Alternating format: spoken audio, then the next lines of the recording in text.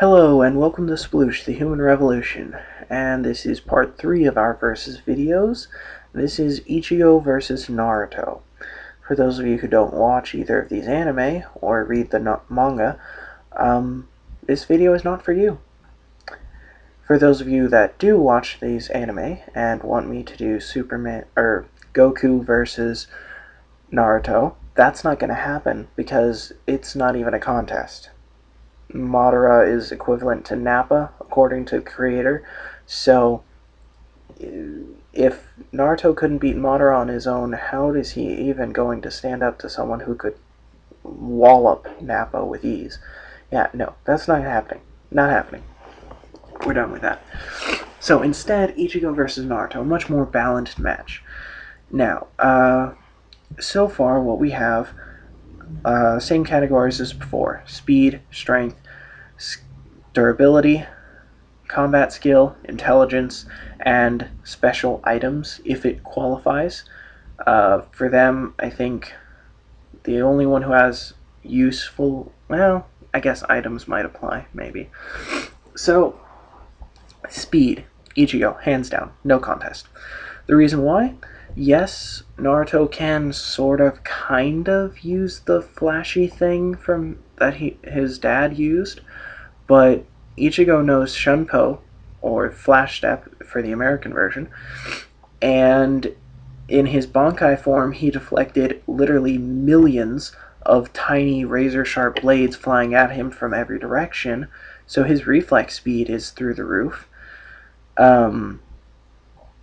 So yeah, and by the way, the Shunpo is way more advanced than the Minato Flash because it's fully developed, whereas Naruto sort of kind of used it, and also not only is it fully developed by characters in Bleach, and Ichigo uses it several times, it's it's faster than light. It is. That's the way they use it anyway. It's FTL. So Ichigo wins speed. Strength. Naruto doesn't do a whole lot of feats of strength. That's not the way he fights. Actually, it's not really the way either of them fight. Naruto fights using mainly the Rasengan and punching people to death with a huge mob of shadow clones, which are both obviously very effective methods, since he's the main character and he's pretty successful. But as far as feats of strength, he's not particularly strong in his universe. I mean, we never see him lifting giant boulders or anything like that. I mean, if he had a swarm of shadow clones, he could lift a giant boulder, sure. But as far as strength goes, I think he's more or less normal. I mean, maybe I'm wrong on that, but I don't remember Naruto ever doing anything that's a big feat of strength. Ichigo, yeah, he doesn't have a whole lot in that regard either.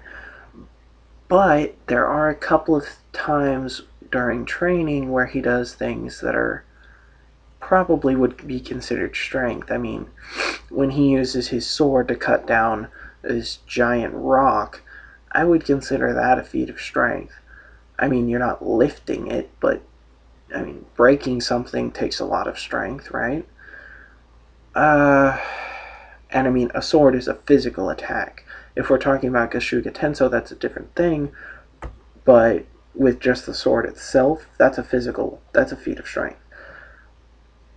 But I still wouldn't say that he has very significant strength in that way. I mean, he's never shown as lifting huge objects. I mean, he takes on opponents who are way bigger than him, and he can parry their blows, so I guess, I mean, that's a contest of strength, if that counts.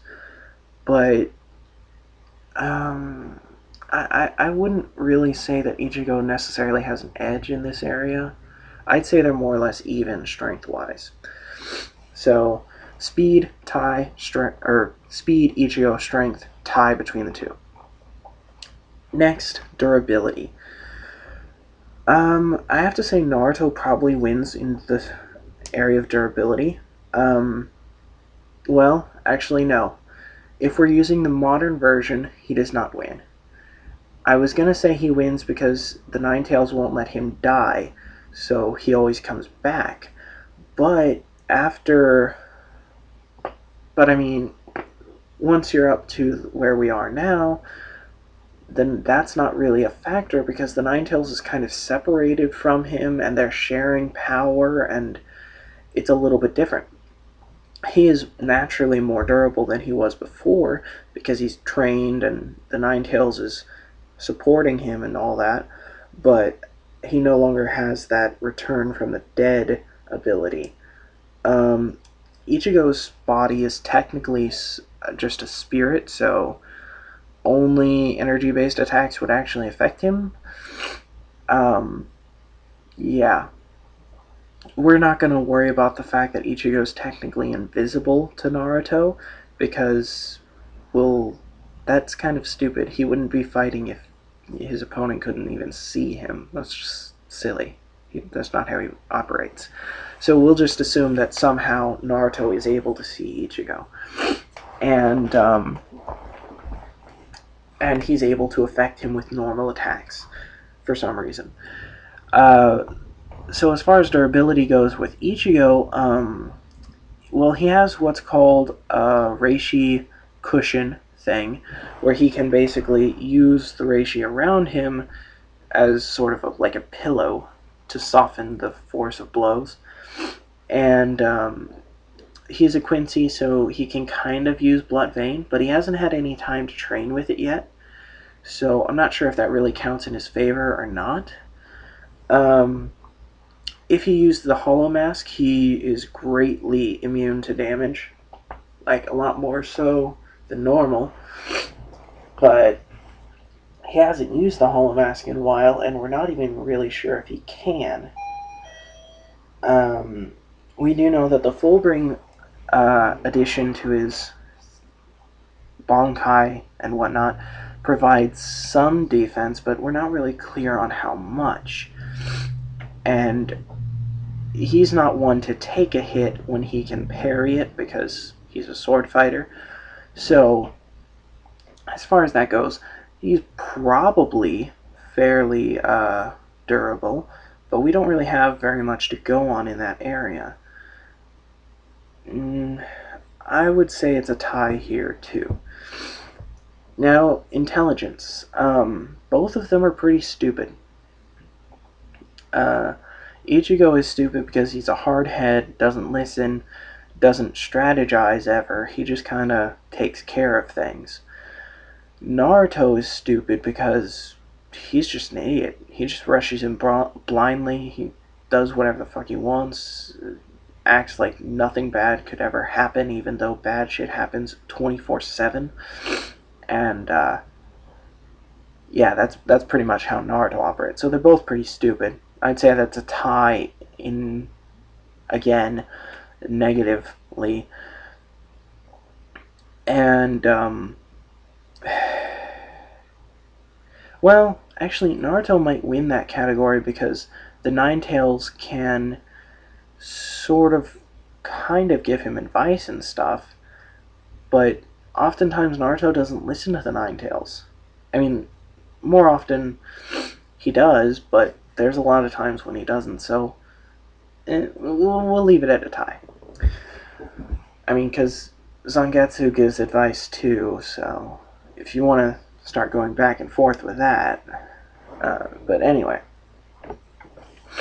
So, Ichigo and Naruto are pretty much evenly matched except for speed, in which case Ichigo wins because he has the Shumpo, he has his Bonkai, which is a speed-based Bonkai, and beyond that, combat skill. Both of them have been in lots and lots of fights, but I'd have to say that Naruto wins as far as combat skill because Naruto has had more training. I mean, his story started when he was like 12, and he was already training at that point in time. And then, the Chunin exams and the adventures with Jiraiya and all that stuff leading up to Shippuden and everything up to now. He's had a lot more training than Ichigo. While Ichigo may have more raw talent, excluding the part about the Nine Tails, because that's kind of a separate entity that's just reinforcing him. But honestly, I would say that Naruto has more training and therefore more skill. I mean, don't get me wrong, Naruto is generally not the most skilled fighter in his own world, and he has a couple of failings, but, you know. Okay, so, final category, special abilities.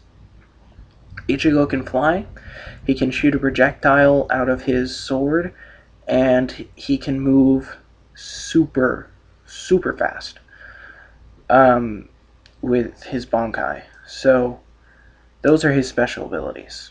Now, there's a lot of debate about, oh, he's a Quincy, so he can shoot an arrow, but he hasn't yet. Until he does, we're not going to talk about that. Also, he has this thing called the Hollow Mask, which is basically uber superpowered berserk mode. Um, and he hasn't used that since